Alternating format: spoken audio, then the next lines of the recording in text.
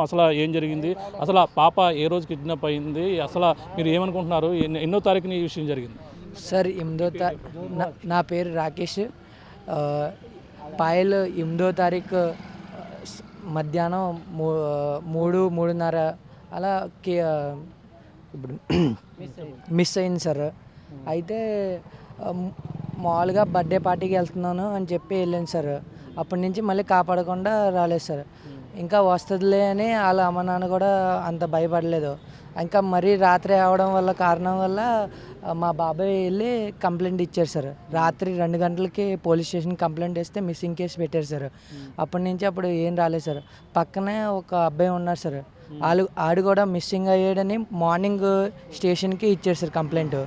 దానివల్ల డౌట్ వచ్చి మేము కేసు పెట్టాం సార్. అప్పటి నుంచి పోలీస్ వాళ్ళు కూడా సెర్చ్ చేస్తున్నారు, కాకపోతే ఎక్కువ ట్రై చేస్తలేదు సార్. ఇప్పటికీ 16 రోజులు అయిపోయింది సార్, ఇంకా ఏం తెలియలేదు సార్ అమ్మాయి గురించి.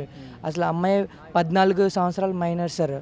ఏం తెలియని పాపం ఏమవుతుందో ఎక్కడ ఉంటుందో తెలియదు సార్.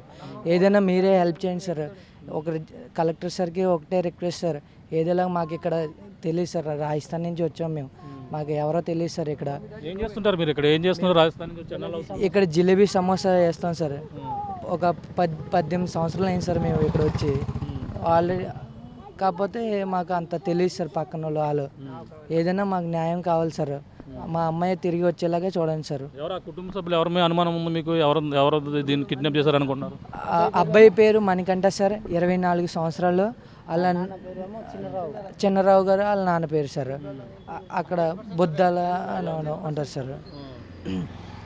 వాళ్ళే 100%గా వాళ్ళే సార్ కిడ్నాప్ చేసి ఉంటారు సార్.